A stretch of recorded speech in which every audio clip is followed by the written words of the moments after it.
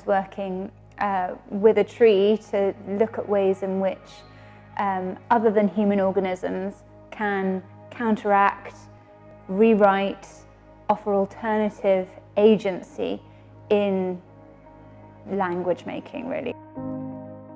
The image associated with this exhibition is an apple with the word letter written into it, and what I became interested in was how apples bruise. So the tree that I was working with was an apple tree, and obviously when an apple falls or something knocks against it, once it's off the tree, that mark gradually gets darker. But if you mark the apple when it's on the tree, the mark scars. And so what I ended up doing was writing one word into every apple on this apple tree. And the apple pushes back in a way, it heals itself from the mark that the human has made into the apple flesh. So rather than, you know, that image of language or mark making as damage, it becomes a kind of co-writing almost. And the compositional structure of the tree as well, you know, with a page, you start in the top left-hand corner, work across and go all the way down, and you're very much in control of where the words are. But of course, with a tree, you write into an apple. As the apple grows heavier, it goes down, some fall off.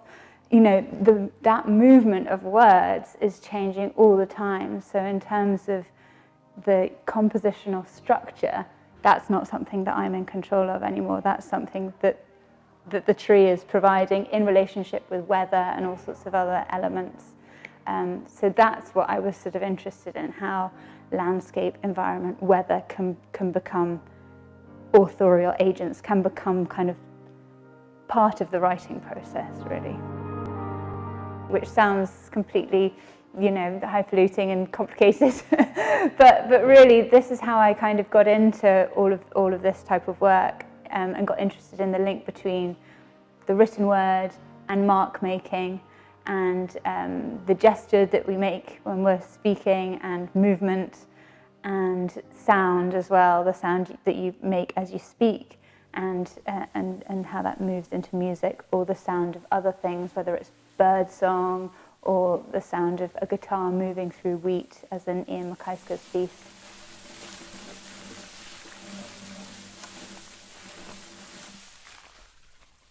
You have the visual score, and what's wonderful about this visual score is that it takes into account the bodies of the musician, of the person who has the microphone, of the poet, and those bodies are recorded moving past each other in space.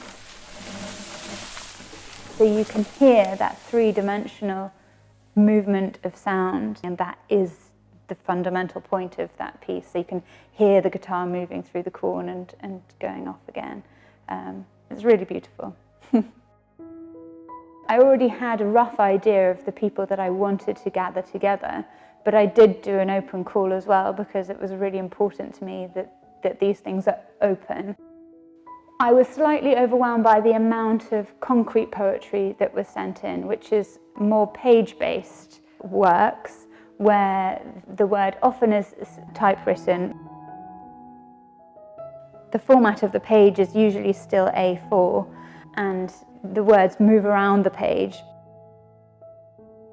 but its similarity to the written word is probably closer than the painted work of, say, Kate Pellegrini, where it's all painted and the words are dribbling down the page in the paint.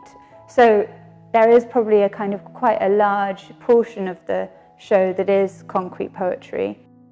Anna Reckon, for example. Anna Reckon's work is just one poem, but it's laid out in landscape, in the sense of being a landscape portrait. And that is the most standard kind of landscape poem of the whole show.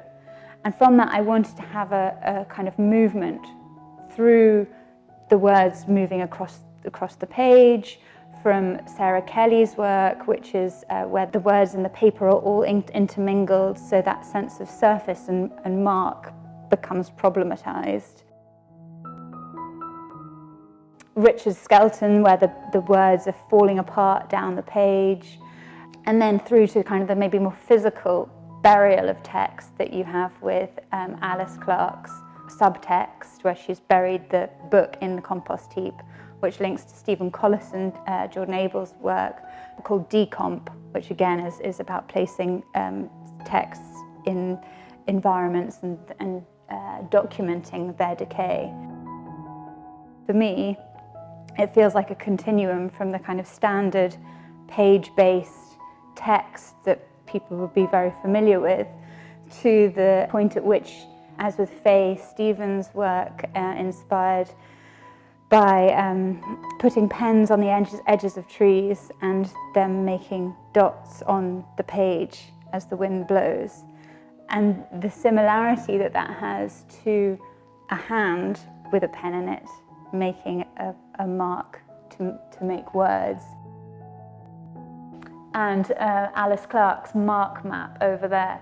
And so it's thinking about what the parallels are between the human hand that makes the gesture on the page that translates into your handwriting, that is both expressing something unique about you and a linguistic word that is pretty kind of universal that anybody can understand, and what happens when a tree is attached to a pen and those dynamics.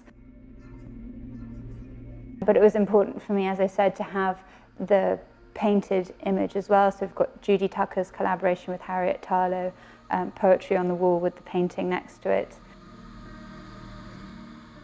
Kate Pellegrini, where the words are integral to the painted picture and one is dissolving into the other.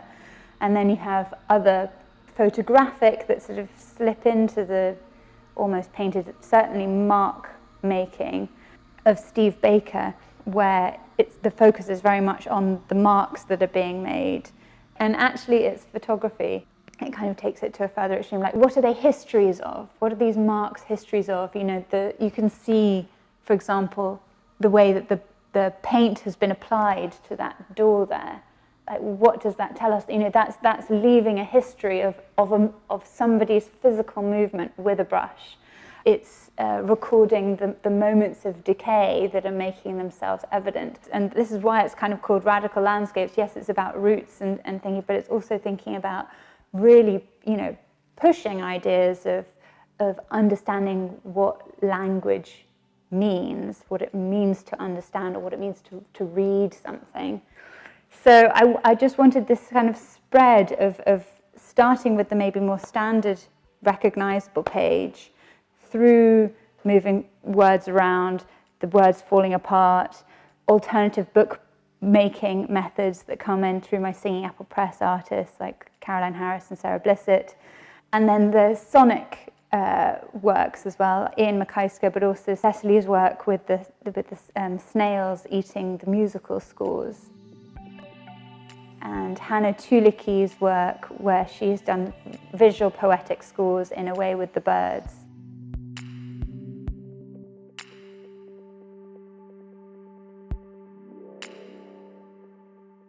But the key thing was it's always in relation to landscape and environment, and how environment is a sort of factor in that.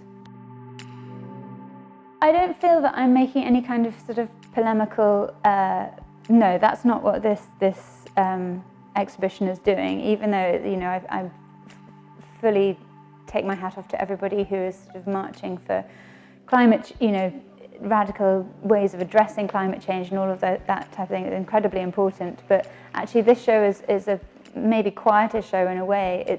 It's thinking about the human influence and impact on landscape and the impact of landscape on us and how that manifests, whether it's on the canvas or on the page or in a sound piece. So it's investigating the politics with a small p of how we interact with environment, but it's not making any kind of big, bold messages about how we should behave. It's more investigative, I think.